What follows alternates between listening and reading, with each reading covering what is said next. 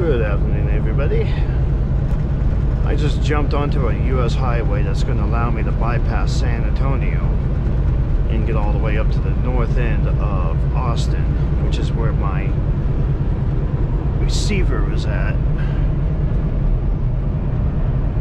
Oh, that makes it really nice. You know, you don't have to deal with that massive amount of traffic.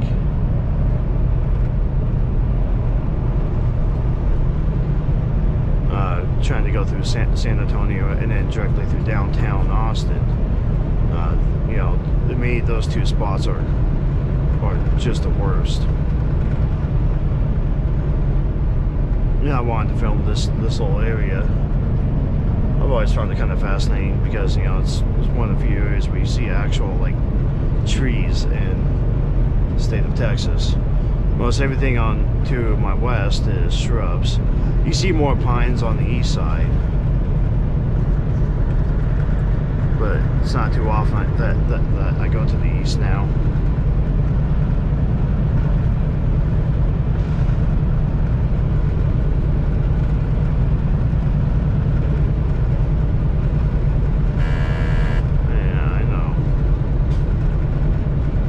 I've been having to listen to that all day.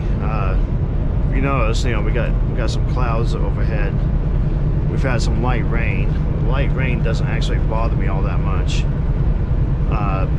But the big pollen that we've had, so at the further east I drive, I keep getting into more wind.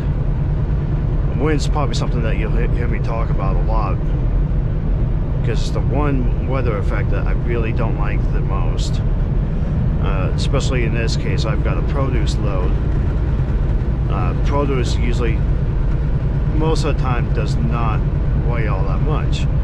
Like, for example, right now, it's only about 15,000 pounds. I'm technically am a light load. So even the slighter breezes tend to push me around a lot more. Because of that, I've been listening to that right side alarm all day because I keep getting hit and it shoves me over. It's not too bad though. I mean, I only have to put up with like another 2 hours of it. I'm taking this directly to the receiver. The appointment is for 3 a.m. in the morning. You know, I'm going to be there way before then. You know, I did this because the receiver actually allows street parking. It's really the only building on that street, so a lot of us, you know, park there early, get a good night's sleep, and then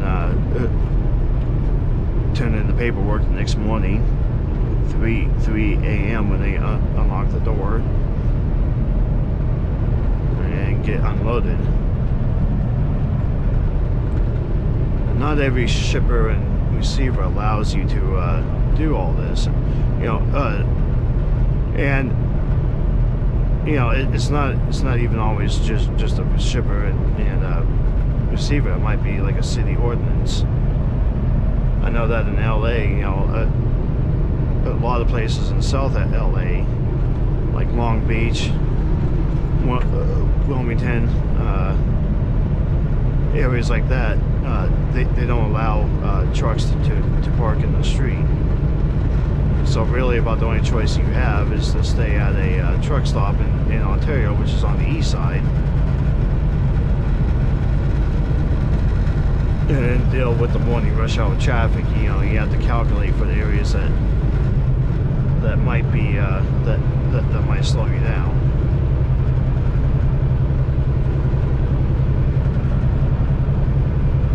Now, recently we had some hours of service changes, and I don't really much care for them because it kind of changed the way that you can do things if you park directly at a receiver.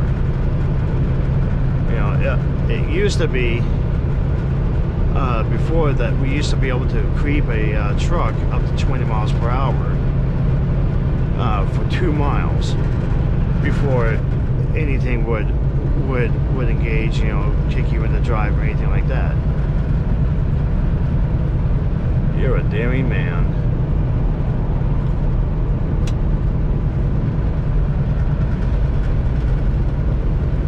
And you know, it used to be really great for situations like this, because you show up at the receiver, put yourself on PTI, but also do shipper receiver and do the arrive at final call. And then next morning you wake up, you turn in your paperwork, they give you your door, and you get in a truck, and you know, in this case, all you're doing is just pulling out from the street, going directly into the driveway, and then coming around and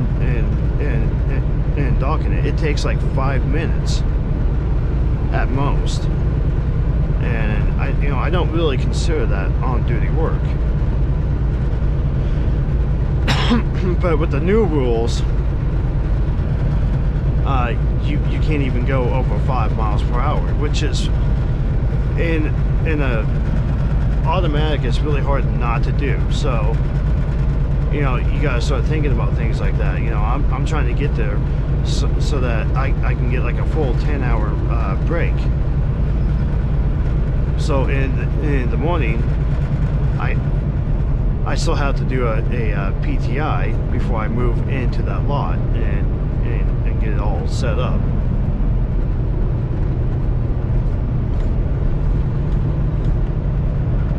Which means that when they unload my truck now, my clock will already be ticking down.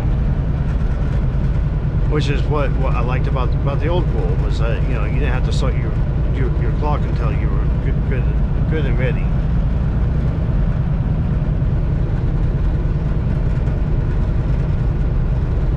And one of the places that I most commonly did this at was a Walmart DC, just south of Kansas City, on the Missouri side. When I went there's a J Bros truck stop, and you go around the corner, and the guard shack for the Walmart DC was right there. So, you know, it was really great. You show up the day before to that truck stop. You fire up the next morning, you creep like a couple hundred feet, you're at the guard shack, and then, you know, you go around the building, get into your door, and wait. It didn't matter if they took 3 or 4 hours, because nothing's moved yet. And then once they were done, you just creep back to that truck stop, and then you're able to start your day and have a full day of driving. Got over there. Meals and goats, lots of goats. Actually, that wasn't a meal, that was a donkey, an ass.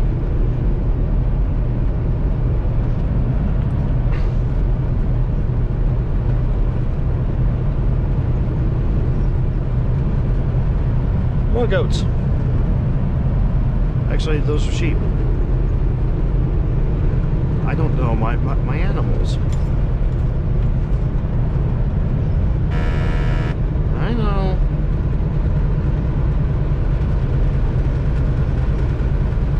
Oh, gator baby in the road.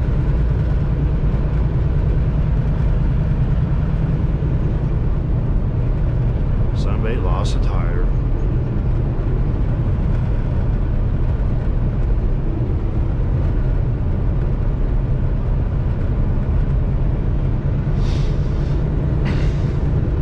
You know, to me, it was always nice to do stuff like that, because it allowed you to still get a full work day in, instead of being at the mercy of whatever shipper or receiver that you're at.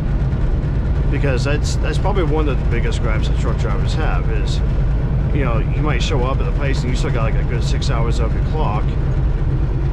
You're like, okay, well, it shouldn't take them all that long, right? And then, you know, it turns out they take like 5 hours and 45 minutes, or 4 hours and 55 minutes, and, you know, suddenly you got like 5 minutes to get to a truck stop, and then there's one that's 6 miles away. You can't do it.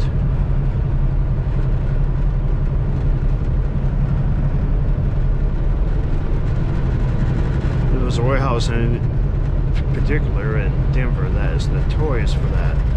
They take all the available time that you have. As soon as they're done with you, they kick you off the lot. And then the city of Denver makes it even harder because they have a city ordinance saying that you can't park on the street. And you know, the big problem with that is that you can't stay you can't stay at the warehouse, you can't park on the street, and you can't get to a truck stop. What do you do?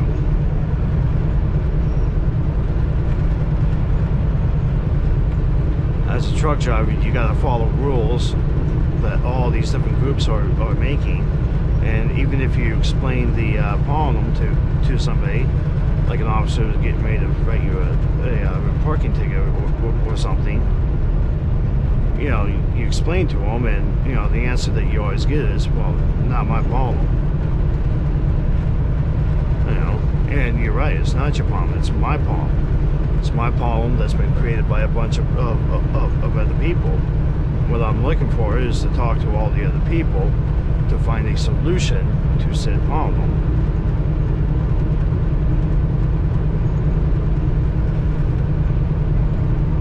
You know, I'm not going to call up a tow truck, ring up a $250 bill to have them hook up my truck just to drive it 6 miles to a parking space. Time to slow down.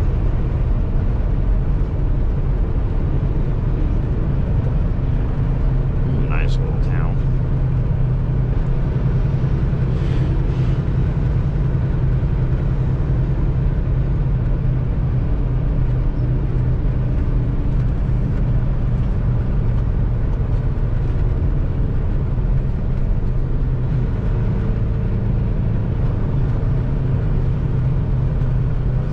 I think we go all the way down to 35 in this town.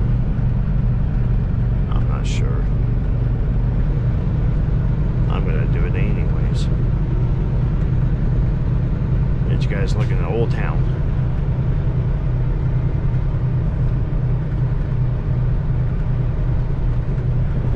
I'm gonna move over so I can get away from this fifth wheel.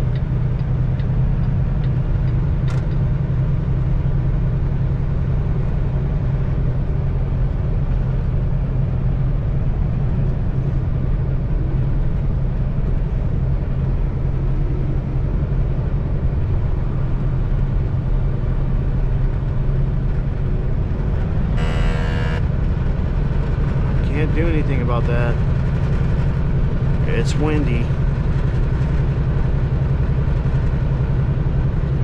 Looks like we got a school zone. Is that what I'm looking at? Well, that's not flashing.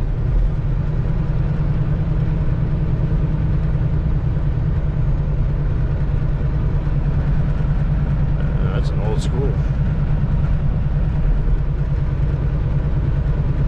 I think that's just for the intersection.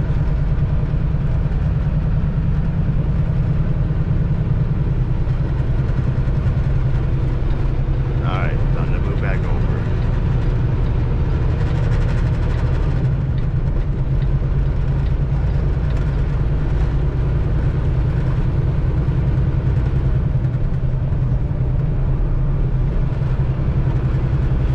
But yeah, the whole you know, stopping directly in front of the shipper can really help at times. You know, you don't have to worry about any extra driving in the morning, you know, rush hour or anything like that. You're just right there. You just fire up, you go around, you dock.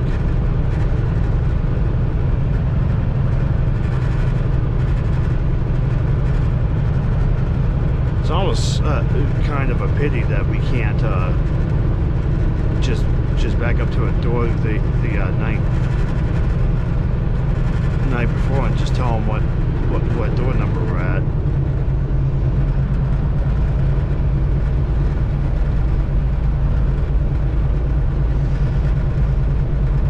Only problem that he moves. The only problem that I have afterwards is trying to find a truck spot to go to with with this particular spot because I don't really have any good choices. I can go 20 miles north and go to a Flying J that's usually full because it's one of the few truck stops north of Austin. Or I can go through Austin, the Emu, and go to the TA that's halfway between Austin and San Antonio. But if I go to that,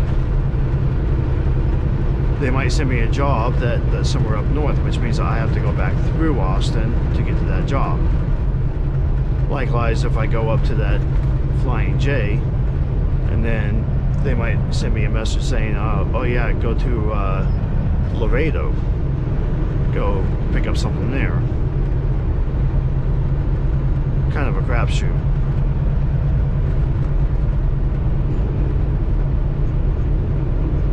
There's always the option of just sitting in front of that building, but you know, it's nice to get to a truck stop to be able to do something. If at the very least, you know, get food or something like that.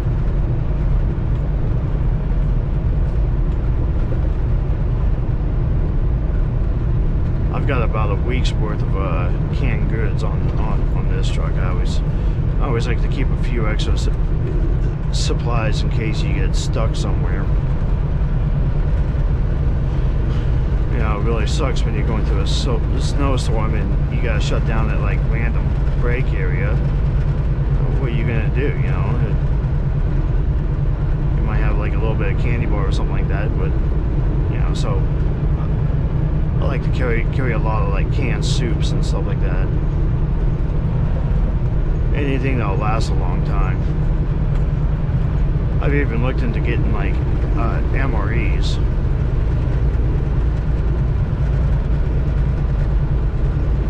The TA actually sells kind of like a version of those. They're actually not half bad.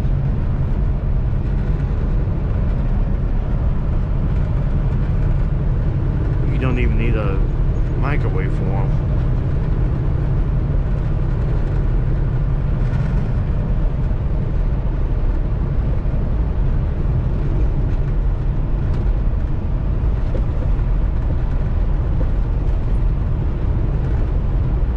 The reason I keep panning my head so much and trying to look around is a lot of times when I go through here, this place has been notorious for having a lot of deer, so I keep my eyes open for them.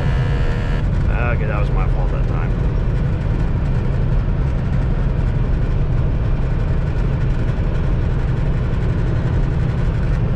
I'm gonna listen to you all day, just beep beep beep.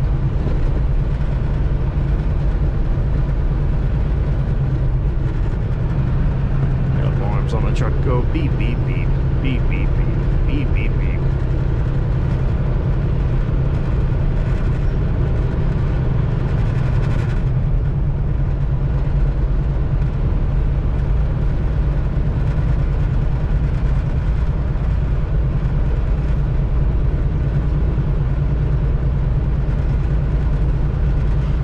I don't think the wind is quite as bad here. It might be that all these trees are kind of helping it out, but it's still pushing me around a little bit, back and forth here and there.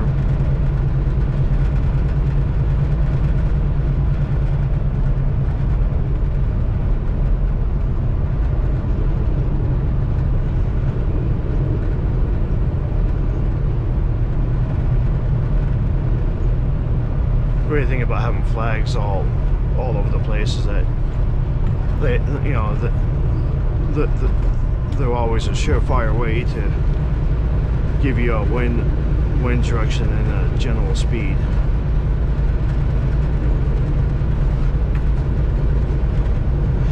A lot of times you don't usually get that as well, you know, with like these thick shrub trees.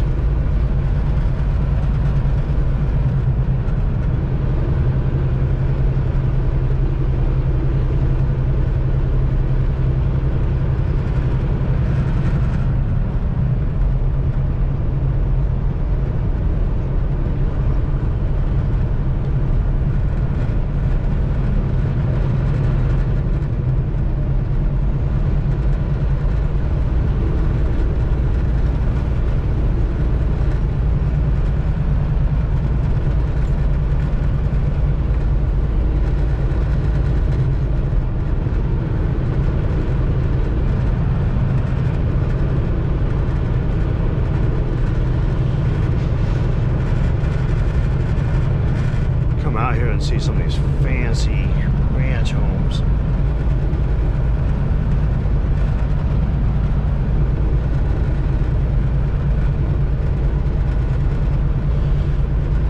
A little ways down here, we start seeing vineyards. But I'll probably save those for another time.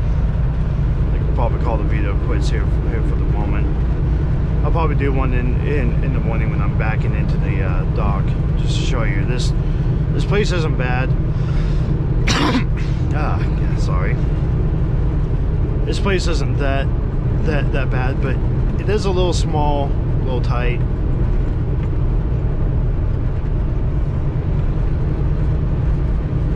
You just got to learn to work with a little bit less room.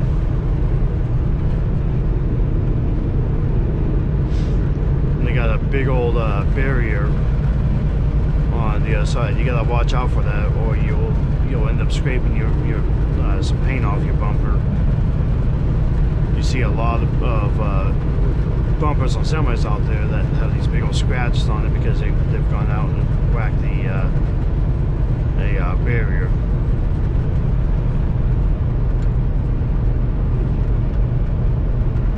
But this will be our fun for